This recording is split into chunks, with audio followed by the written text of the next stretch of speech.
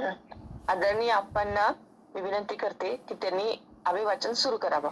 जय जय रघुवीर समर्थ. जय श्रीराम. गणेश शारदा चैव सद्गुरु सज्जनस्तथा आराध्य दैवतं गुह्यं सर्वं मे रघुनंदन. गणेश शारदा सद्गुरु संत सज्जन कुळेश्वरू सर्व ही माझा रघुवीरू सद्गुरु रूपे. माझे आराध्य दैवत परमगुह्य गुह्यातीत गुह्यपणाची मात न चले जेथे. यो जातो मरुदंशितितले संबोधयन् सज्जनान् ग्रंथं यो रचन् सुपुण्यजनकं श्रीदासबोधाभिधम्. ब्रह्मानन्दं परमसुखदं केवलं ज्ञानमूर्तिं द्वन्द्वातीतं गगनसदृशं तत्त्वमस्यादिलक्ष्यम्. एकं नित्यं विमलमचलं सर्वधी साक्षिभूतं भावातीतं त्रिगुणरहितं सद्गुरुं तन्नमामि. गुरुर्ब्रह्मा गुरुर्विष्णु गुरुर्देवो महेश्वरः गुरुः साक्षात् परं ब्रह्म तस्मै श्रीगुरवे नमः. अनेन प्रियतां देवो भगवान् जानकीपतिः श्रीरामचन्द्रपूर्वेषाम् अस्माकं कुलदैवतं. श्रोता वक्ता श्रीराम समर्थ. जय जय रघुवीर समर्थ. सर्वांना वंदन करून आजचा भाग वाचायला सुरुवात करतो.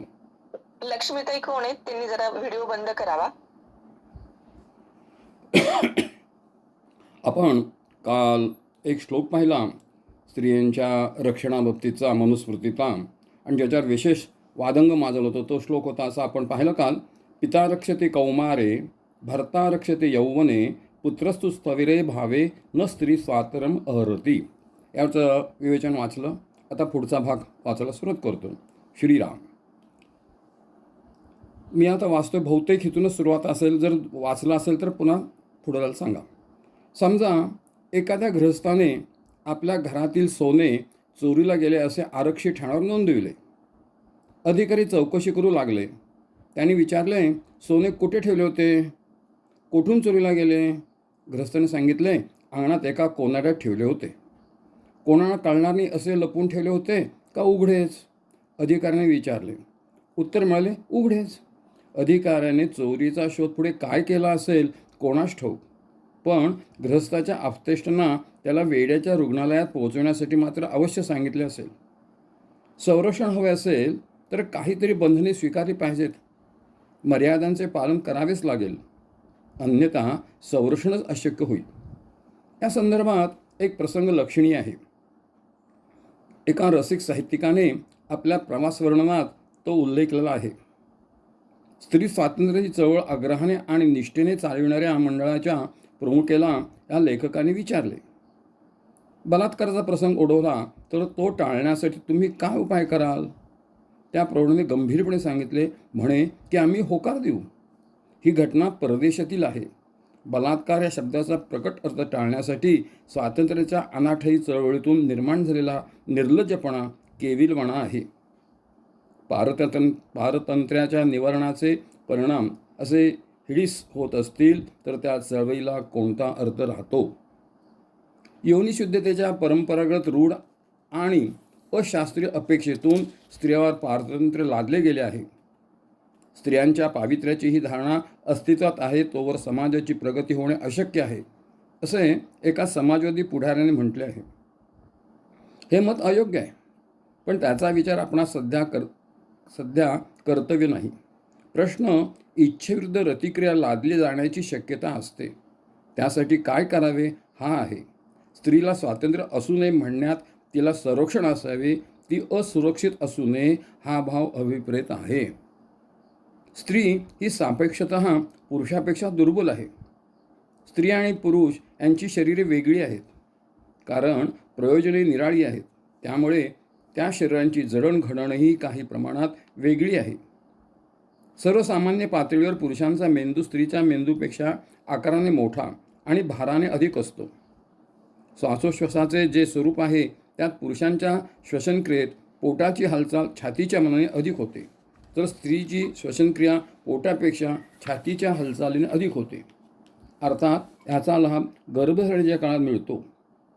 पण अधिक शक्ती वापरावी लागणारी कामे करताना स्त्री पुरुषांच्या अपेक्षेने लवकर थकते.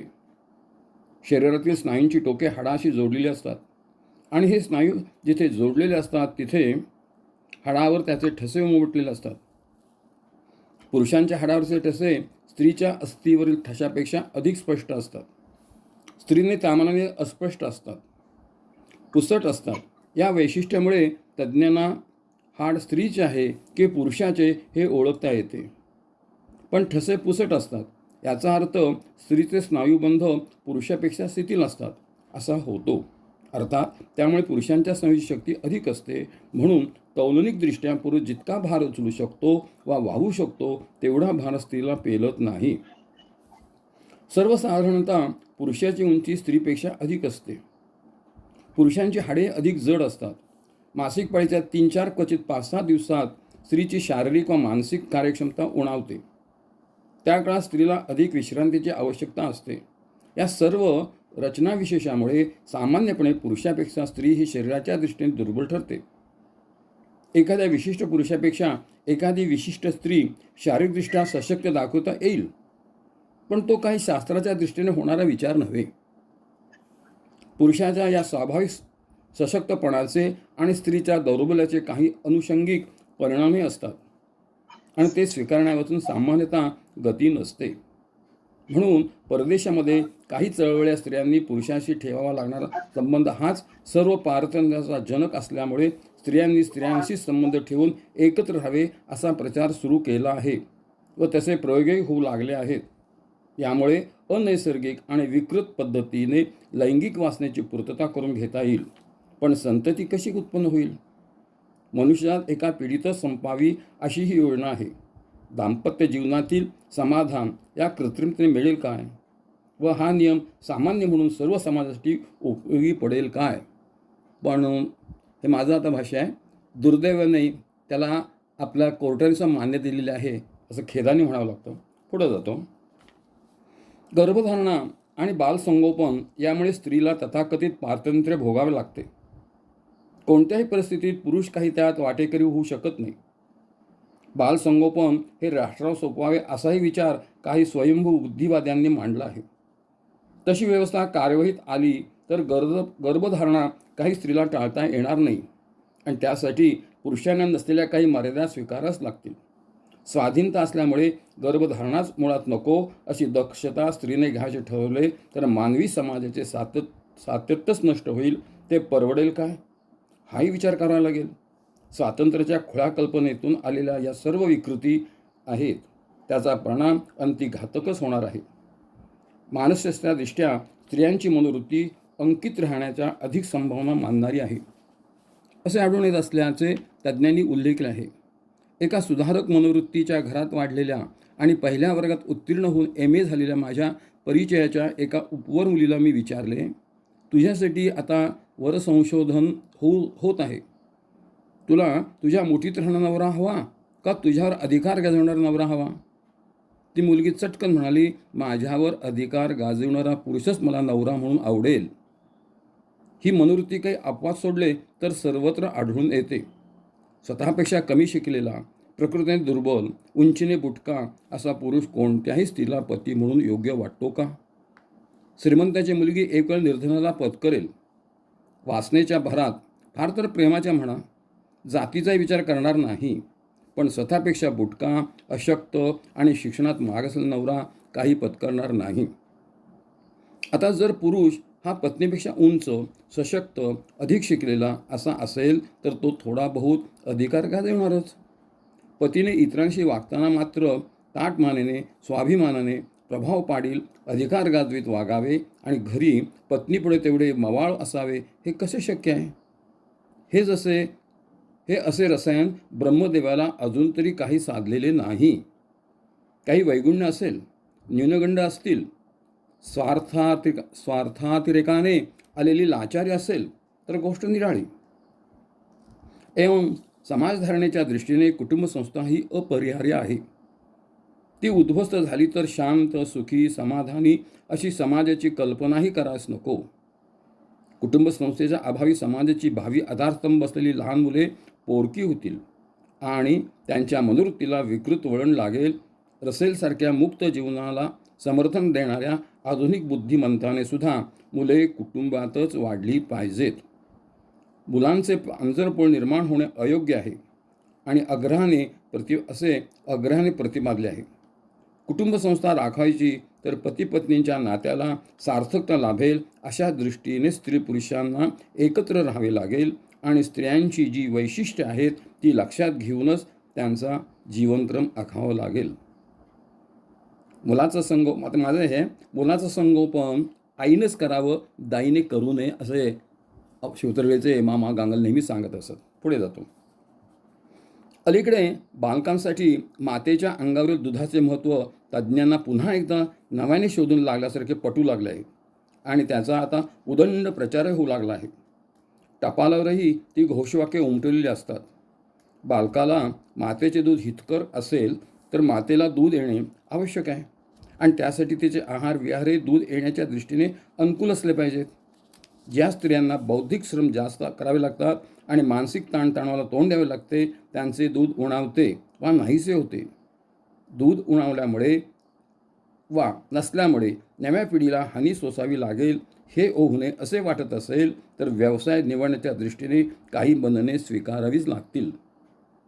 भारतीय संस्कृतीने या गोष्टीचा खोलवर विचार करून पती पत्नीचे नाते कसे असावे, या नात्यातील स्त्री पुरुषांनी कसे वागावे त्यांचे धोरण सांगितले आहे. कुटुंब चालवण्याचे काम स्त्रीवर सोपविले आणि कुटुंब संरक्षणाचा भार पुरुषाने उचलावा असे ठरविले.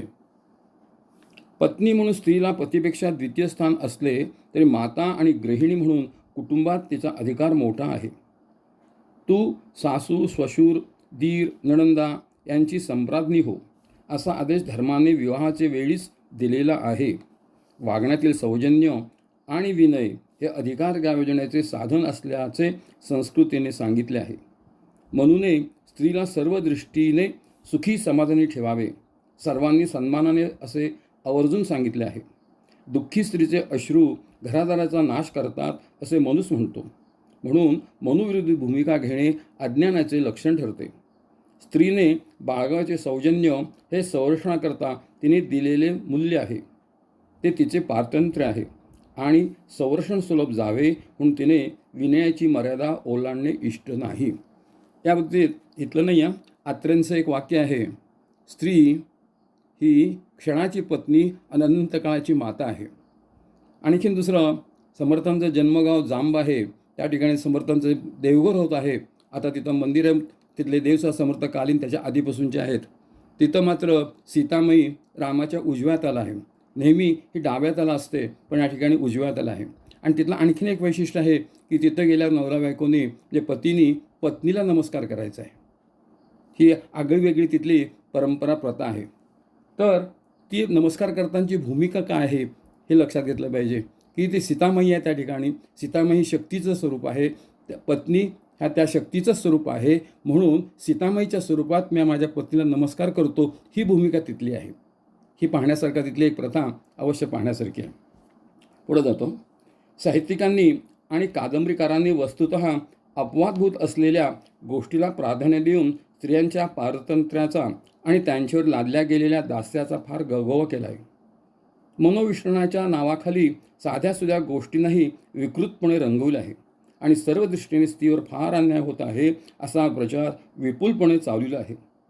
स्त्रीने संघर्षाला उभे राहून सर्व बंधनांच्या पलीकडे गेले पाहिजे आणि एक माणूस म्हणून आपला स्वाभिमान टिकवला पाहिजे. चूल आणि मूल यातच गुंतून राहून स्वतःचे व्यक्तिमत्व अविकसित ठेवू नये, सत्व मारू नये. अशा भडक चित्रणातून आधीच संस्कार सुलभ असलेल्या मनुष्याचे मन निराळा विचार करू लागले आणि वरवर विचार करणाऱ्या स्त्री पुरुषाला अपराधीपणा जाणवू लागला. मग सैराचे पुरुषांचे फावले, पण स्त्रीने विनयाची मर्यादा झुगारून दिली. परिणामी स्त्री सुखी झाली आणि कुटुंबात समाधान नांदू लागले असे दिसते काय? उथळपणे लिहिणारे साहित्यिक आणि स्त्री स्वातंत्र्य प्रचारक कसे प्रतिपादन करतात त्याचं एक उदाहरण आपण सांगतो.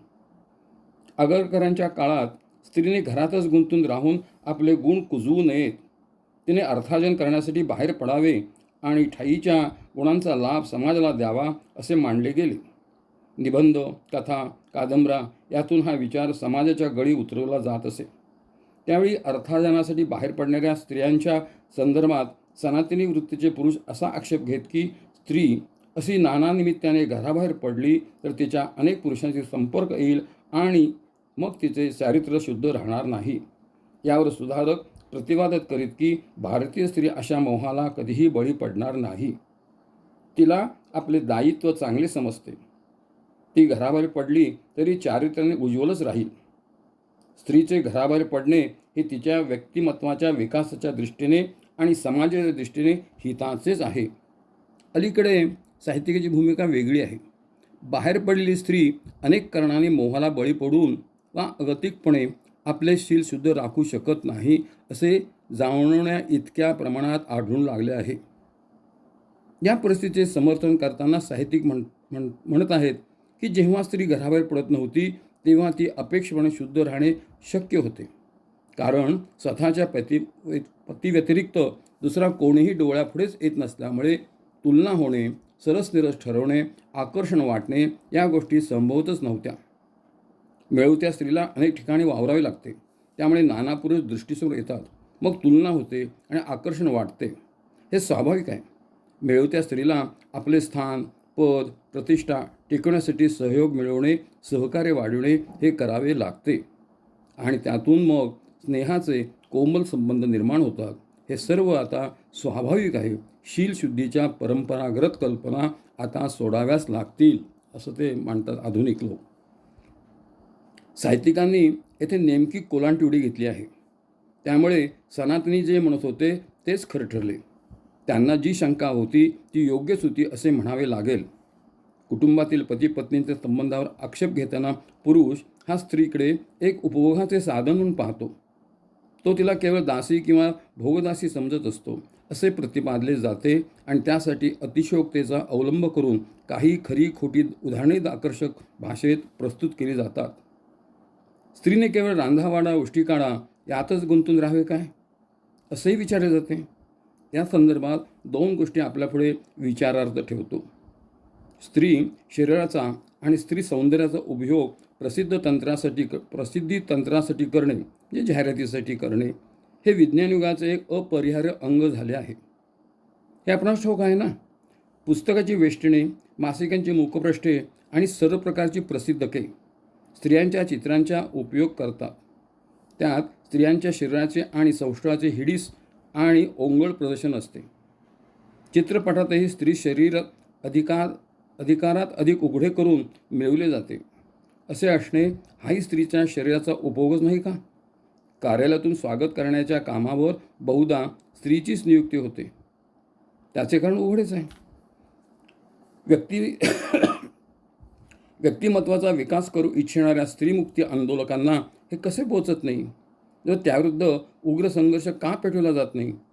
विमानात जी परिचारिका नियुक्त केली जाते ती रांधत नसेल, पण तिचे मुख्य काम वाढण्याचेच आणि गोष्टी काढण्याचेच नसते ना. स्वतःच्या घरात आपल्याच माणसांना शिजून वाढणे आक्षेपार्ह समजावे आणि साऱ्या गावाची गोष्टी काढण्याचा उद्योगाला प्रतिष्ठित मानावे हे योग्य आहे काय? एखाद्या परदेशी विमान प्रवासी या परिचारिकेला बुद्धिपरस्पर राबवित असतो. क्वचित अश्लील चाळही करतो. कधीकधी तो प्रवासी कुणी सामान्य नसतो, चांगला प्रतिष्ठित असतो. एखाद्या राज्याचा मंत्रीसुद्धा असतो. वेतनाच्या लोभाने कर्तव्याचा एक भाग म्हणून या बापडीला हे सर्व निवडपणे सोसावेही लागते. या तुलनेत स्वतःच्या घरात मुलामाणसासाठी कष्ट उपेक्षित असताना अनेक गृहिणींच्या मुद्रेवर समाधाने स्वाभिमानाचे जे तेज झळकते ते निश्चितच अधिक आदरणीय असते. येथे पुढचं मी सांगतो हे माझ्याकडचं आहे. साधारण आणीबाणीच्या काळामध्ये भारतामधल्या एक परराष्ट्रमंत्री होता, केंद्रीय मंत्री. त्याचं जे नाव होतं त्याला नावाला अनुरूप असं त्या परिचारिकेचं नाव होतं आणि तुझं नाव माझं नाव सारखंच आहे, तो मी एकच आहे असं म्हणून त्याच्याची अश्लील चाळेसुद्धा त्यांनी त्या विमानात केलेले होते. हे जुन्या पिढीतील लोकांना आठवत असेल. पुढे जातो. आर्थिक स्वातंत्र्य मिळवण्याच्या दृष्टीने स्त्रियांनी अर्थार्जन करावे असेही स्त्री स्वातंत्र्याचे पुरस्कर्ते प्रचारित असतात. आपल्या देशाच्या सद्यस्थितीच्या दृष्टीने याही प्रश्नाचा विचार केला पाहिजे. आपल्याकडे बेकारी भयावह प्रमाणात आहे. अशा स्थितीत केवळ संधी आहे म्हणून एका घरातील दोघांनी म्हणजे पती पत्नींनी मिळत राहावे आणि त्यामुळे दुसरे एक घर मिळकतीचा सोय नसल्याने दारिद्र्यात खितपावे हे सामाजिक न्यायाचा विचार करताना योग्य आहे काय? हे एका दृष्टीने अप्रत्यक्ष शोषणच आहे. माझ्या एका समाजवादी मित्राशी या विषयावर माझा वाद झाला. पती पत्नी दोघेही कट्टर समाजवादी विचाराचे.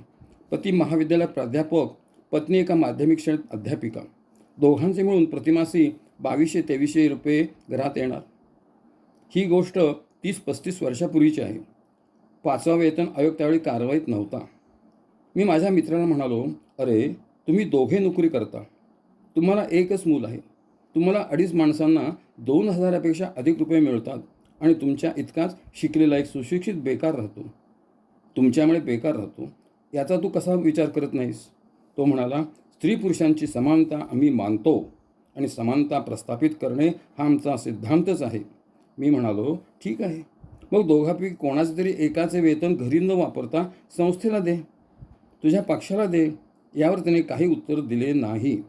नोकरी करणाऱ्या स्त्रिया इतकाच घरच्या आणि बाहेरच्या कामाला ताण येतो. त्यामुळे बहुतेक स्त्रियांच्या प्रकृतीवर परिणाम झालेला दिसतो. सामाजिकदृष्ट्या याही गोष्टीचा विचार झाला पाहिजे. पूर्वी एका मासिकात स्त्रियांनी धूम्रपान करावे की नाही असा एक प्रश्न चर्चेस घेतला होता. त्यात एका महिलेने पुरुषांनी धूम्रपान केले तर चालते, मग स्त्रियांच्या संदर्भात हा प्रश्नच का निर्माण व्हावा असे प्रतिप्रश्न केला होता. हा प्रश्न विचारणी म्हणजे समता नाकारणे आहे असे या प्रतिप्रश्नातून सुचवायचे आहे. गर्भधारणेच्या काळात मूल प्रत्यक्ष मातेच्या रक्तात पोसले जाते. धूम्रपानातून रक्तात भिडणारे तंबाखूचे विष त्या अत्यंत कोवळ्या अवस्थेतील बालकाला कितीतरी अधिक घातक होऊ शकते. हे प्रतिप्रश्न विचारणाऱ्या त्या माऊलीने लक्षात घेतले नसावे. मुलाला अंगावर पाजायचे म्हणजे ते धूम्रपान बालकाला बाधक होऊ शकते. स्त्री शरीर तुलनेने पुरुषापेक्षा कोमल असल्याने तंबाखूचा विषाचे दुष्परिणामही पुरुषापेक्षा स्त्रियांना अधिक प्रमाणात भोगावे लागतात. समतेच्या गोष्टात या वस्तुस्थितीकडे दुर्लक्ष करू नये. कोणावर हेतूचा आरोप करू नये हे खरे आहे, पण स्त्री स्वातंत्र्याच्या आग्रहाने पुरस्कार करणाऱ्या काही पुरुषांच्या जीवनाकडे पाहिले की ते स्वतःच्या उद्दाम वासनांच्या तृप्तीसाठी हा प्रचार करीत आहेत की काय असा संशय येतो.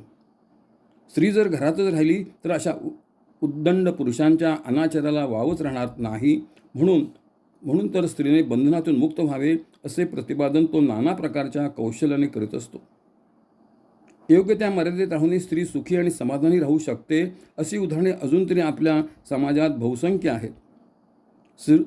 सुगृहिणीच्या व्यतिरिक्त व्यक्तिमत्वाचे एक अमूर्त बंधन सज्जन पुरुषालाही जाणवत असते आणि मग त्याचे वर्तनही संयमी आणि सौहार्दपूर्ण राहते. बंधने स्वीकारणे अपरिहार्य आहे असे एकदा ठरल्यानंतर ती जाचक होणार नाहीत वा जाचक वाटणार नाहीत असे वातावरण निर्माण करणे शक्य आहे. त्यासाठी विवेक, सौजन्य आणि कौशल्य याची आवश्यकता असते. त्यात स्त्रीने पुढाकार घेणे हे नैसर्गिक असल्याने अधिक सुलभ आहे आणि ते तिला भूषणावही आहे. मोहित होणे वा मोहात पडणे या गोष्टीचा व्यापक संदर्भात विचार केला तर मोहाला बळी पडणाऱ्या पुरुषांची संख्या अधिक आणि मोहित करणाऱ्यामध्ये स्त्रिया कितीतरी पटीने वरचढ असेच आढळून येते. मनुस्मृती, संत वाङ्मय इत्यादी स्थानी स्त्रियांची निंदा असते. त्याचा अप्रत्यक्ष उद्देश पुरुषांचे दोष लक्षात घेऊन त्याला सावध करण्याचा प्रयत्न असतो हे लक्षात घेणे चांगले. बिघडलेली स्त्री बिघडलेल्या पुरुषापेक्षा अधिक घातक असते. समाजाच्या दृष्टीने हा विचार करावाच लागेल.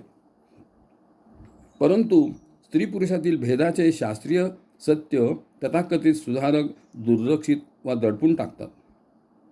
ख्रिस्तीन दी लोकास्ते या समाजशास्त्रानं महिलेला एका चर्चासत्रात आजच्या राजकीय प्रवाहाची कल्पना असून तू असे स्त्री पुरुष भेदाचे संशोधन प्रसिद्ध करण्याचे धाडस करतेस कसे असा प्रश्न विचारण्यात आला.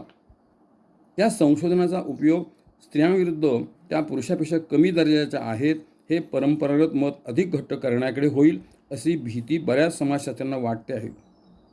हा लेख किर्लोस्कर स्त्री मासिक मनोहर हे जे मासिक होतं दिवाळी अंक 1993 हा लेख आलेला आहे.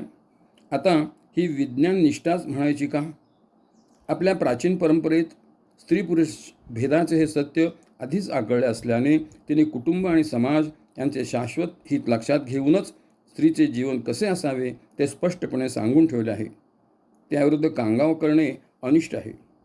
कोणतीही सामाजिक व्यवस्था निरामय आणि संघर्षरहित चालावीची तर त्यासाठी शासन व्यवस्थाही चांगली असावी लागते. ती तशी नसेल तर अराजक निर्माण होते आणि अराजक ही गोष्ट अतिशय घातक आहे. अराजकामध्ये व्यवस्था नावाची काही वस्तूच अस्तित्वात नसते. कोणाची जीवित वित्त सुरक्षित राहत नाही. समाजातील सर्व लहान मोठे घटक भयग्रस्त राहतात. त्यातून अन्याय, क्रौर्य, शोषण निर्माण होते. निरनिराळ्या प्रकारे बलदंड झालेले लोक बलहीनांना सुखाने जगू देत नाहीत. निसर्गाचे तोल ढासळतो. मोठ्या माशाने लहान माशाला खावे असा मात्सन्य न्याय समाजाचे दैव म्हणजे दुर्दैव होऊन राहते. राजा या संस्थेची निर्मिती मनुष्यजातीचे शाश्वत हित साधावे यासाठीच झाली. राजा ही खऱ्या अर्थाने कोणी व्यक्ती नाही, ते एक तत्व आहे. प्रचलित भाषेत या तत्वाला सोयीसाठी नेता या नावाने ओळखावे. राजा कसा निर्माण झाला वा केला हे पाहिले म्हणजे राजाच्या किंवा नेत्याच्या ठिकाणी कोणते गुण अपेक्षित आहेत ते स्पष्ट होते आणि लोककल्याणाच्या दृष्टीने त्याचे महत्त्वही लक्षात येते.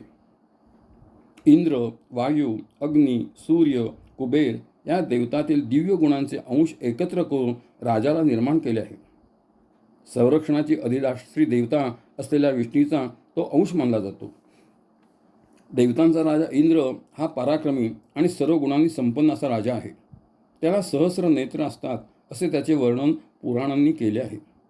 या सहस्रनेत्र कल्पनेवर चाणक्याने केलेली एक टिप्पणी मोठी मार्मिक आहे.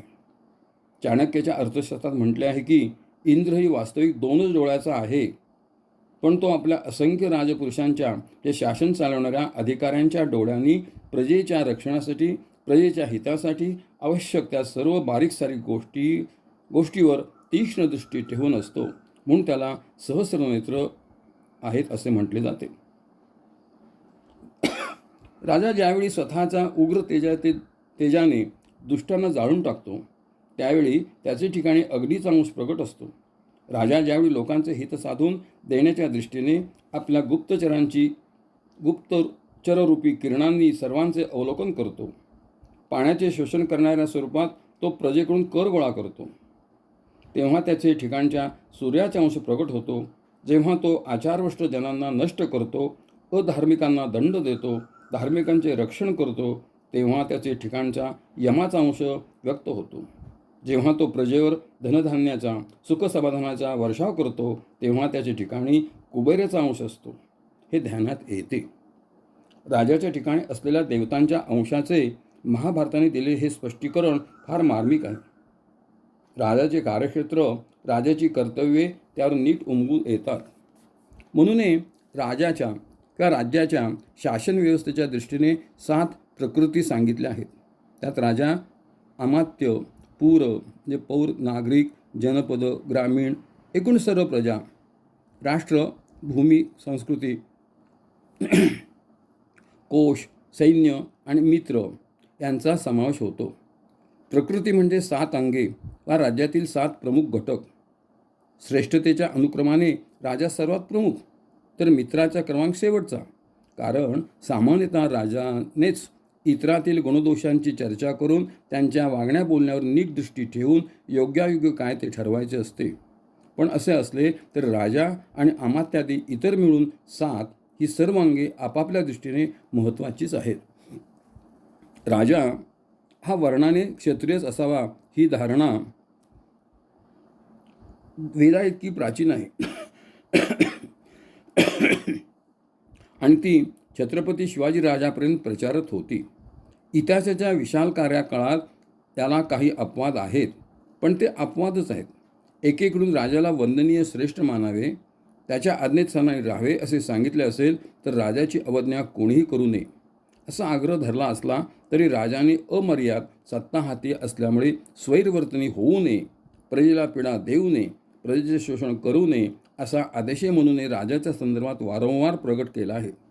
राजाने धार्मिक वृत्तीने वागावे, सदाचारी विद्वानांचा आदर करावा, नम्रपणाने राहावे, त्याने आपल्या इंद्रियावर परिपूर्ण नियंत्रण ठेवावे.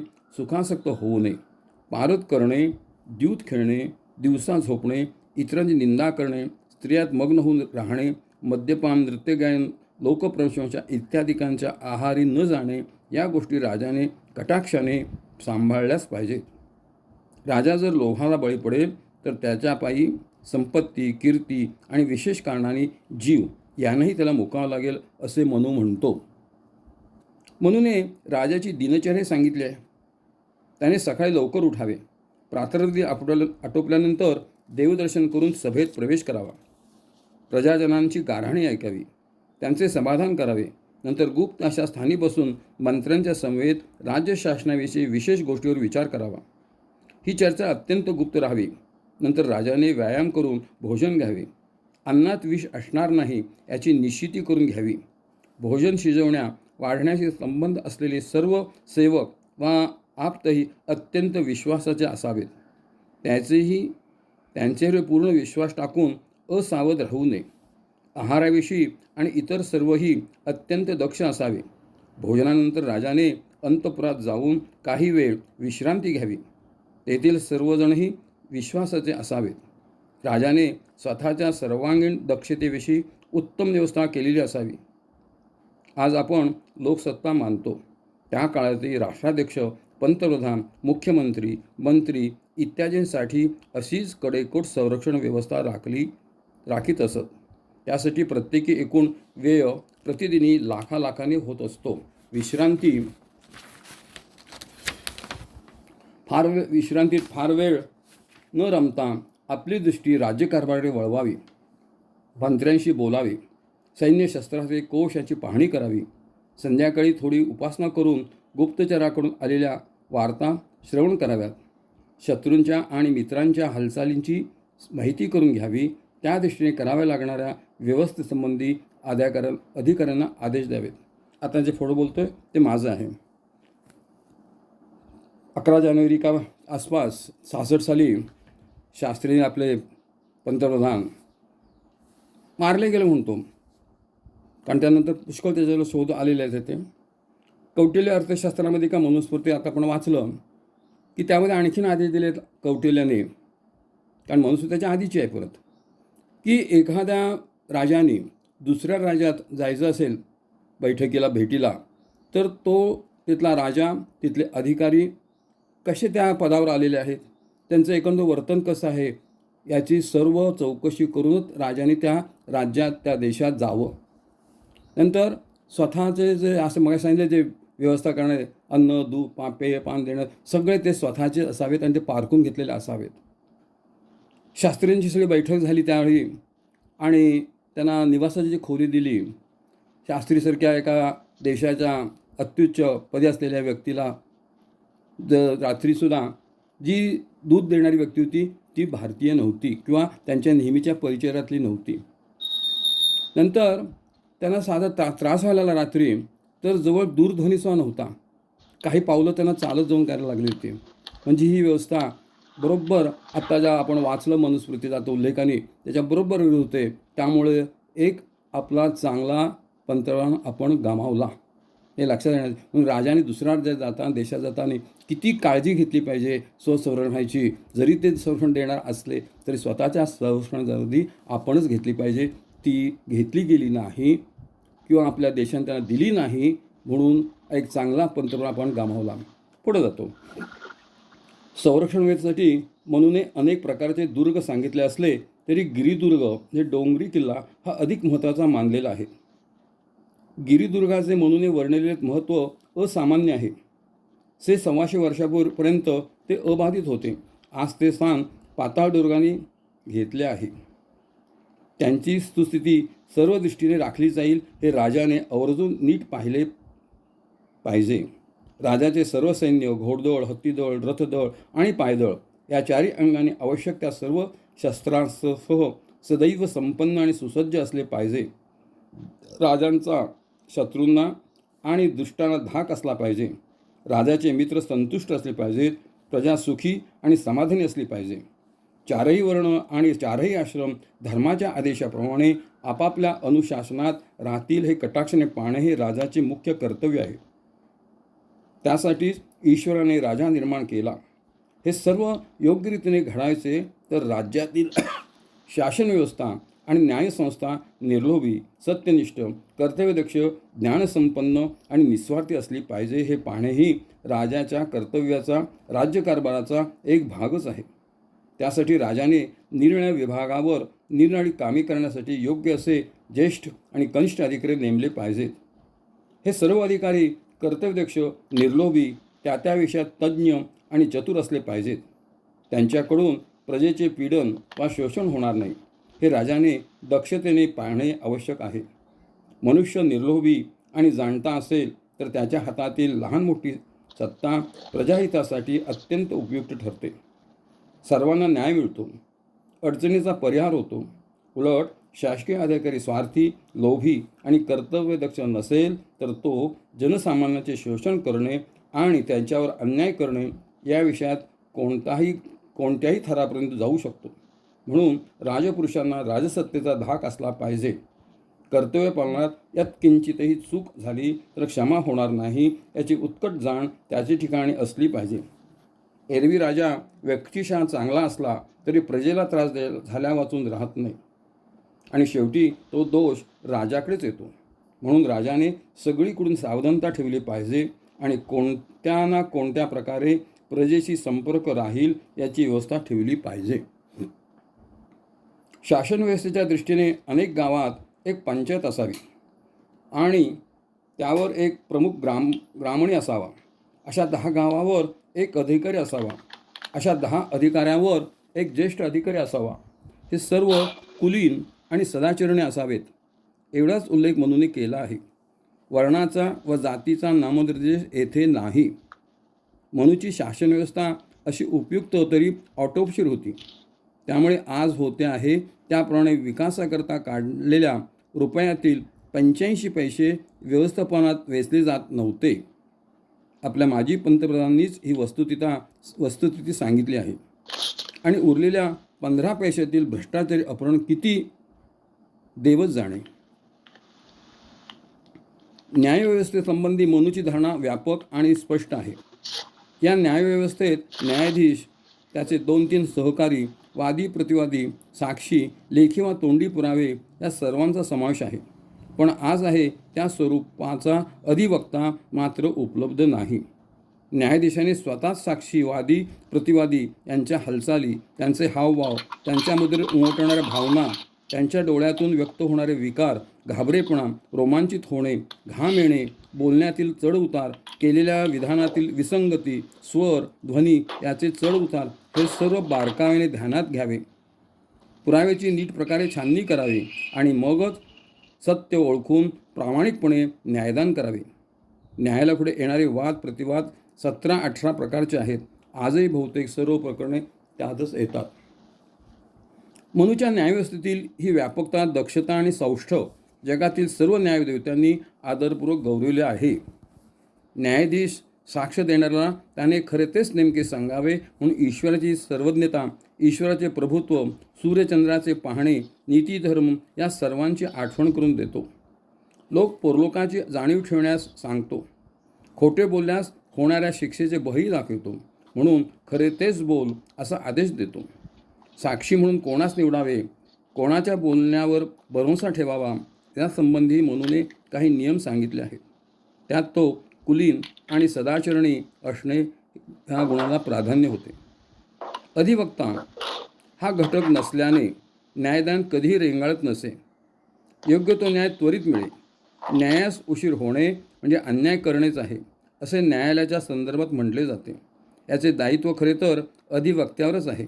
पुन्हा पुढचा दिवस मागून घेणे, न्यायाच्या कामकाजाचे दिवस वरचेवर पुढे ढकलणे, अनेक युक्त्यांचा अवलंब करून प्रश्नाच्या भडीमाराने साक्ष देणाऱ्यास गोंधळून टाकणे, साक्षीस आधीच पडवून ठेवणे, अपराधी असला तरी त्याला निर्दोष ठेवण्यासाठी वाक्चातुर्यांची पराकाष्ठा करणे, निर्बंधांचा किस काढणे, पुराव्याची चिरफाड करणे इत्यादी उद्योग हे अधिवक्ते करतात आणि मग न्यायदानाचे काम होते हे आज सर्वांना ज्ञात आहे.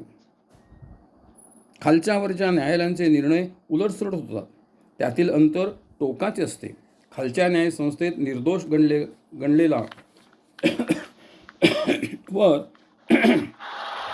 मृत्यूदंडास पात्र ठरतो, तर खाली मृत्यूदंड झालेला वर निर्दोष सुटतो.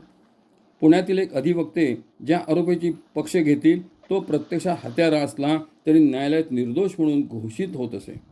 फार तर संशयाचा लाभ मिळून त्याची सुटका होईल असे त्यांचे वैशिष्ट्य त्यांच्यावरील मृत्यूलेखात गौरवाने उल्लेखले होते. सर्वोच्च न्यायालयाचे एक पीठ ज्या आरोपीला अपराधी ठरवून 50 लाख रुपये दंडाची शिक्षा ठोठावते त्याच आरोपीला त्याच सर्वोच्च न्यायालयाचे दुसरे पीठ निर्दोष ठरवून घेतलेला दंड परत करायला लावते. न्यायदान पद्धतीची ही खरी तर घोर विटंबना आहे. आजच्या न्यायालयातील आणखी एक मोठा दोष म्हणजे सादर केलेल्या पुराव्यासंबंधीचा. न्यायालयापुढे एका आरोपीला हत्यारा म्हणून आणले गेले. त्याच्या विरुद्धचे पुरावे इतके सज्जड होते की त्याच्यावरील हत्येचा आरोप सिद्ध मानून त्याला मृत्यूदंडाची शिक्षा देणे न्यायाधीशाला अपरिहार्य झाले. पण न्यायाधीशाला या खटल्यातील खरा हत्यारा दुसराच कोणी असल्याचे प्रत्यक्षपणे ज्ञात होते. पुढे आलेल्या पुराव्यामुळे ते अगतिक झाले होते. त्यांनी निर्णय प्रकट करण्यापूर्वी त्या आरोपीला आपल्या कक्षात एकांतात बोलावले आणि ते आरोपीला म्हणाले, ईश्वराला स्मरून खरे सांग की तू यापूर्वी कोणाची हत्या केली आहेस का? आरोपीने रडत रडत पूर्वी एक सोडून 2 हत्या केल्यास सांगितले. पण त्या दोन्ही वेळी त्याचे जवळ पुष्कळ संपत्ती असल्याने त्याने अत्यंत चतुर आणि प्रख्यात असे अधिवक्ते स्वतःकरता नियुक्त केले आणि आरक्षी विभागाला म्हणजे पोलीस खात्याला निरनिराळ्या पातळीवर पुष्कळ द्रव्य देऊन वश करून घेतले. त्यामुळे तो त्या दोन्ही आरोपातून निर्दोष सुटला, कारण पुरावे पुढे ठेवताना आरक्षीने योग्य ती व्यवस्था केली होती. पहिल्यांदा मी सांगितलं ना, हिराबाई ठकरांचं कर्माचा सिद्धांत ह्या पुस्तकाचा सविस्तर भाग आलेला आहे. अवश्य ते पुस्तक स्वतः घेऊन वाचावं. पुढे जातो. यावरून असे लक्षात येते की केलेल्या अपराधातून सुटका झाली आणि न केलेल्या अपराधासाठी शिक्षा भोगावी लागली. पुराव्यासंबंधी निर्बंध कसा विचित्र आहे ते यावरून स्पष्ट होते. निर्बंध जेवढे किचकट तेवढ्या त्यातील पळवाटांचा संभवनीयता वाढत जाते. ही वर उल्लेखलेली घटना पुढे दिलेच त्याने श्री हिराबाई ठक्कर या मूळ गुजराती लेखकांच्या श्री ब. शं. काशीकरांनी अनुवादिलेल्या कर्माचा सिद्धांत या पुस्तकातील आहे. या प्रकरणाच्या प्रारंभी त्यांनी फार वर्षापूर्वी एक सत्य घटना असा उल्लेख केला आहे. लेखकाने कर्मविपाकाचा सिद्धांत कसा वास्तविकतातही अनेक वेळा सत्य ठरतो हे दाखवून देण्यासाठी वरील घटना उल्लेखली आहे. न्यायाधीशाने त्याचा उल्लेख कथित आरोपीपुढे केल्याचे लिहिले आहे. पाप किंवा पुण्य अतिशय उत्कट असेल, फार गंभीर असेल तर ते इहलोकातच याची देही याच डोळा भोगावी लागते. त्यासाठी पुढच्या जन्माची वाट पाहावी लागत नाही असे शास्त्रवचन आहे. म्हणून मनुने हातून अपराध घडला तर तो उघडपणे मान्य करावा, लपवू नये. शेवटी तेच हितकारक असते असे यासाठी सांगितले. आजही अपराध लपवणे हा वेगळा अपराध मानला जातो. न्यायपद्धती हे आपल्याकडे फार प्राचीन कालापासून सुव्यवस्थितपणे अंगीकारलेली होती. इंग्रजांनी त्यांच्या पद्धतीची न्यायालये हिंदुस्थानात आणली आणि रूढ केली. पहिले इंग्रजी न्यायालय कलकत्त्यात स्थापित झाले. त्यावेळी त्या पहिल्या न्यायाधीशाने म्हटले आहे की येथे कोणी शपथ घेतल्यावर खोटे बोलत नाही. त्यामुळे आपल्या पद्धतीचे न्यायालय येथे कितपत चालेल याची शंका वाटते. लक्षात ठेवण्यासारखं वाक्य पुन्हा वाचतो ते. पहिल्या न्यायालयातलं पहिल्या न्यायाधीशाने केलेलं हे, येथे कोणी शपथ घेतल्यावर खोटे बोलत नाही. त्यामुळे आपल्या पद्धतीचे न्यायालय येथे कितपत चालेल याची शंका वाटते. पण मेकालेच्या शिक्षण पद्धतीने इंग्रजी न्यायालय प्रस्थापित करून दाखवली आणि भरभराटी आणली. स्वराज्य प्राप्तीच्या 50हून अधिक वर्षात आपण काही सुधारणा करू शकलो नाही. इंग्रजी प्रथाच जशाच्या तशा चालू ठेवल्या. परंपरा काय आहे ते न पाहिल्याने हे घडलेले आहे. आणखीन एक वाचलं सांगतो. IPL म्हणजे इंडियन पिनल कोड किंवा जे कायदे आहेत गुन्ह्यासंदर्भाचे, तर ते खरे आपले कायदे नाहीतच. संपूर्ण जसेच्या तसे आयरिश हा जो इंग्लंडचा देश त्यासाठी केलेले कायदे होते ते जसेच्या तसे बदलले. जिथं आयर्लंड उल्लेख होता, तिथं इंडिया उल्लेख केला. एवढाच फरक केला असेल तर बाकी आहेत जसेच्या तसेच हे कायदे आपल्याकडे लागू केलेले आहेत. हे पाहण्यासारखं आहे. बदलत्या काळानुसार त्या बदल करणं जर आहे.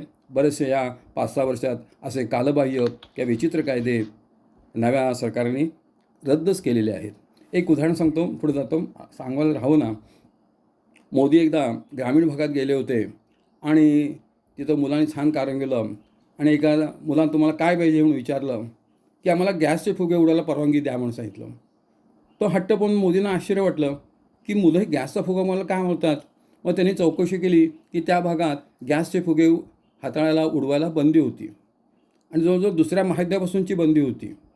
मग शोध घेत बघितलं की त्याकाळी परकीय विमानांचा हल्ला होत असे आणि त्यामुळं त्या गॅसच्यामुळं इथं वस्ती असं कळत असे आणि त्यामुळं ते गॅसचे फुगे उडवायला तिथं बंदी होती. म्हणजे त्या काळी त्या युद्ध परिस्थितीत केलेले जे कायदे नियम होते ते युद्ध परिस्थिती नसतानासुद्धा तसेच चालवणं किती शहाणपणाचं होतं म्हणू शकतो मी.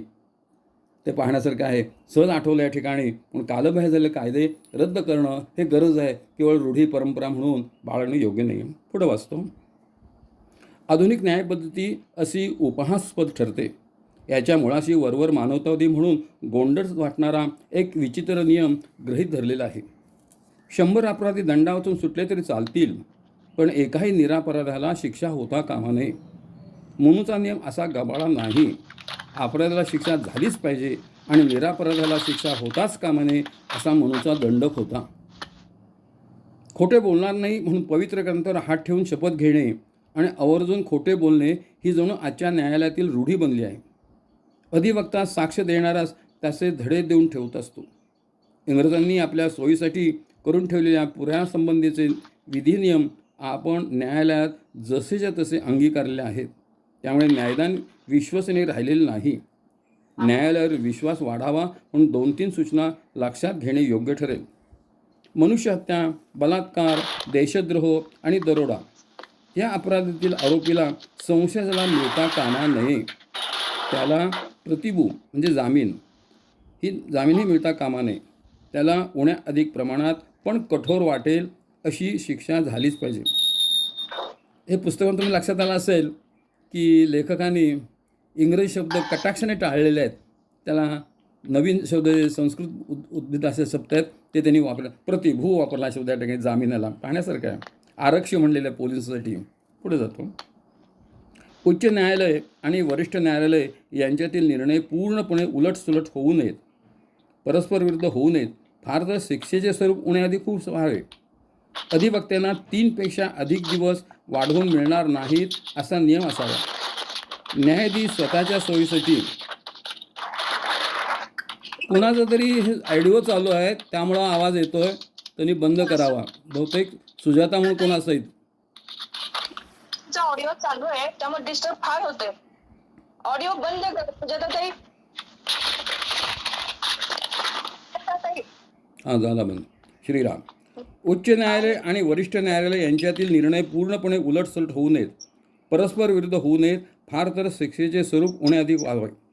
अधिवक्त्यांना 3 पेक्षा अधिक दिवस वाढवून मिळणार नाहीत असा नियम कसावा. न्यायाधीश स्वतःच्या सोयीसाठी त्यानंतर एखादा दुसरा दिवस वाढवू शकेल, पण ती सवड अधिवक्त्यास नसावी. या ठिकाणी मला एक आठवतं सांगतो. हा माझा अनुभव. मी कोर्टात आमच्या एका दुसऱ्या केससाठी जात होतो. ते न्यायाधीश बरोबर 11ला डायसवर बाहेर यायचे आणि हे घ्यायचे, कुणाला मुदत वाढवून पाहिजे म्हणून आधी ते विचारायचे. त्यांचे असेल ते मुदत वाढवून त्यांना द्यायचे. परंतु पुन्हा दुसरी मुदत वाढ दिली जाणार नाही. दुसऱ्या तारखेला तुमचं काम चाललंच पाहिजे. नाही आला तर एक्स पार्टी मी निकाल देईन अशी त्या न्यायाधीश होते. मग असं कोण न्यायाधीश पुढं पुन्हा तारखा मागत राहील. एक्स पार्टीचा निकाल लागला तर आपलं काय मांडता येणार नाही. असे सुद्धा न्यायाधीश होते. पण हे जवळ 40 एक वर्षापूर्वीचं उदाहरण आहे. आता कितपत कसे आहेत की नाही मला कल्पना नाही. या सोडून देऊ. पुढं जातो. एवढे जरी केले तर मनूच्या भूमिकेचा बरेचसे जवळ जाता येईल आणि तेच हिताचे ठरेल. न्यायापुढे सर्व सारखे ही गोष्ट तत्वतः योग्य आहे. पण ज्याला धनाचे, बलाचे वा सत्तेचे सहाय्य आहे त्याने केलेला अपराध आणि सामान्याने केलेला अपराध याचे मोजमाप सारखेच असणे अयोग्य आहे. खरे तर अन्याय आहे. धनादीचे बल ज्याच्याजवळ आहे त्याला अपराध करणे सहज शक्य असते. आणि त्याच बळावर त्याला ते लपविता येतात. सामान्य माणसाला तशी संधी नसते. म्हणून न्याय सामान्याच्या संबंधात सौम्य आणि बलदंडाच्या विषयी अधिक कठोर असले पाहिजे. म्हणून हे धोरण नेमकेपणाने सांभाळले आहे. सामान्याने केलेल्या अपराधाला एक कारशानपण दंड असेल तर तोच अपराध राजाने केल्यास त्यास 1000 पट दंड केला पाहिजे असे मनू म्हणतो. शूद्र, वैश्य, क्षत्रिय आणि ब्राह्मण यांना मनूने एकाच अपराधासाठी चढत्या शिक्षा सांगितल्या आहेत. ब्राह्मणाला तर शूद्राच्या 64 पट वा 128 पट शिक्षा सांगितली आहे. कारण ब्राह्मण चांगल्या वाईटाचे शास्त्रशुद्ध ज्ञान असलेला आहे. समाजापुढे सदाचरणाचा योग्य आदर्श ठेवण्याचे दायित्व त्याच्यावर आहे. म्हणून तो अधिक शिक्षेस पात्र असला पाहिजे असे मनू म्हणतो. माझा एक अनुभव सांगतो, पुढे जातो.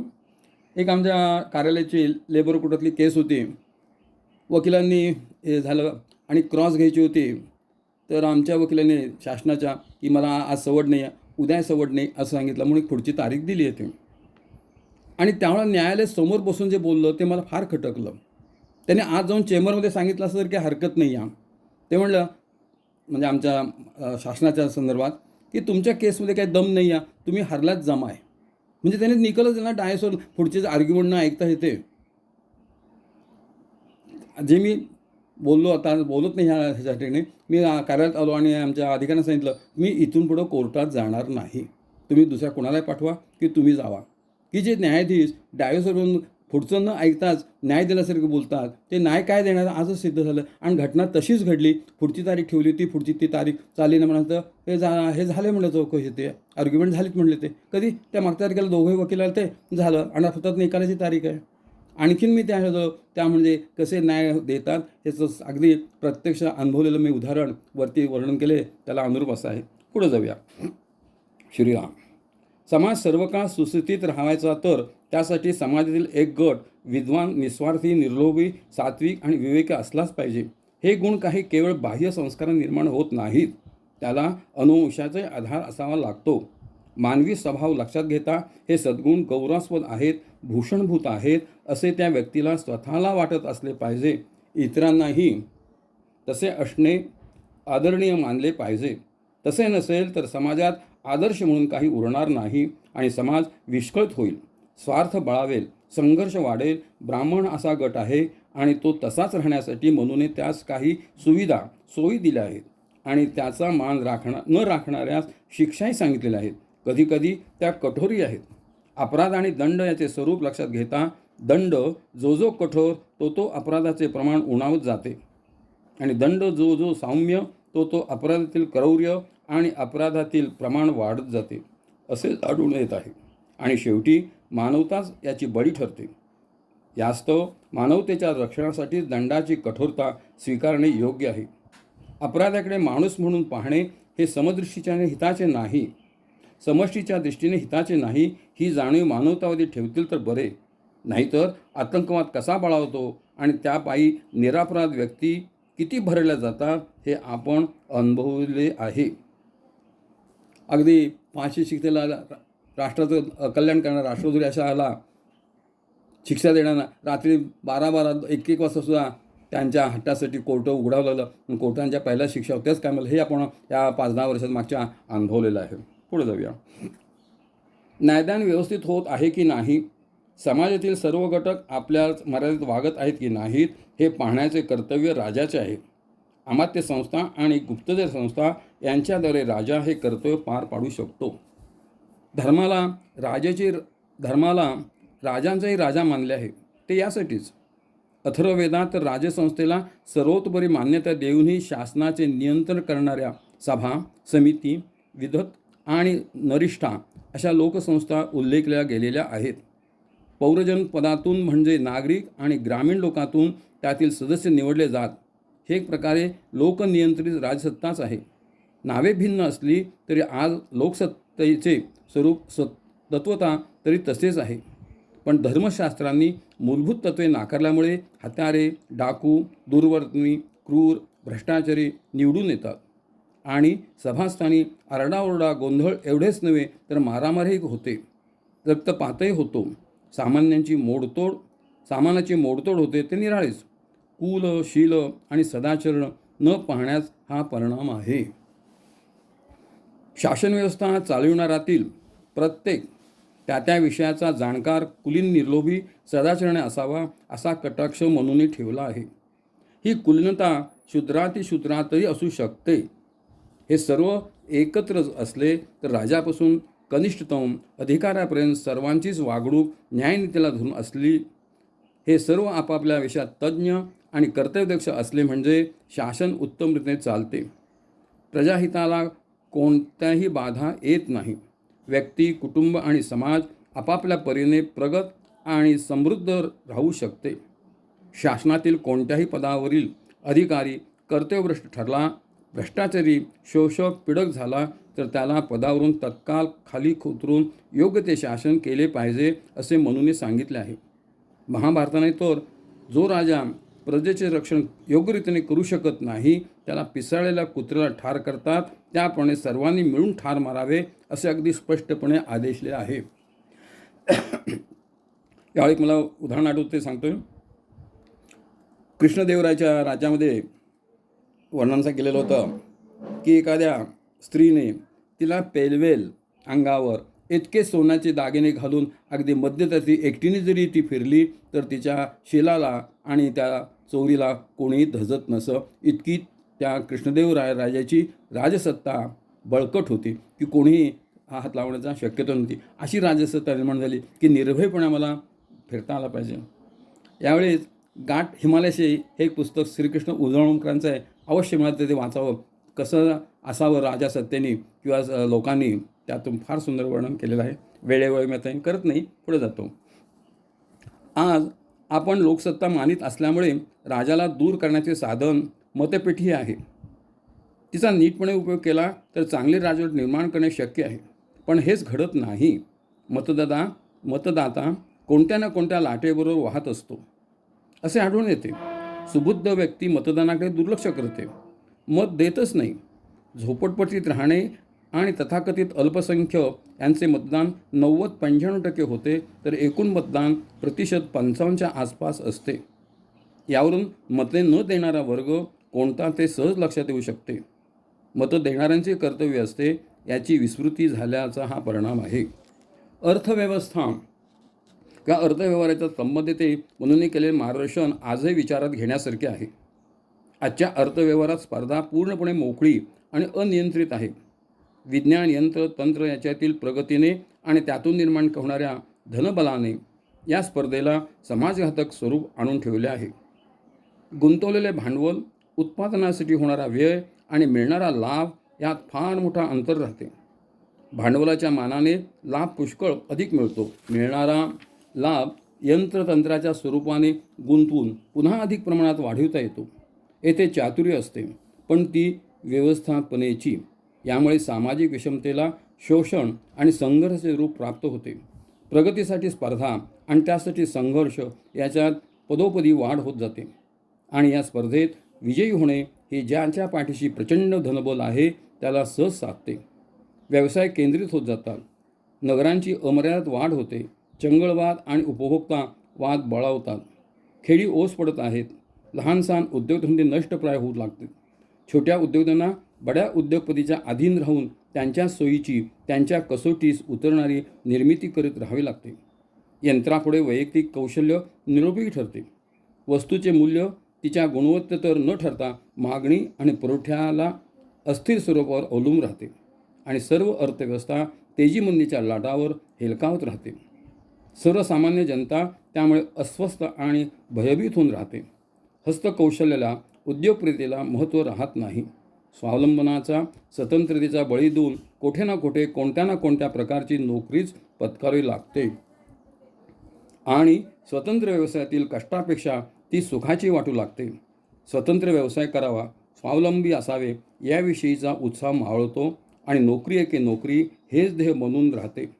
शिक्षण एका विषयाचे आणि नोकरीचा विषय मात्र दुसरा असे घडते. याचा परिणाम सुशिक्षितांच्या बेकारीत होत आहे. नोकरी देणे न देणे संबंधित अधिकाऱ्यांच्या इच्छेवर अवलंबून असते आणि त्यामुळेच तेथे भ्रष्टाचाराला उदंड वाव मिळतो.